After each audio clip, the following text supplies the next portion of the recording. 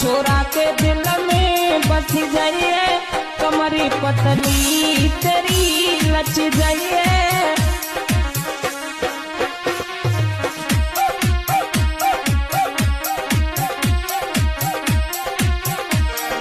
ए नचे मत गोरी नजरी लग जाइए, कमरी पतली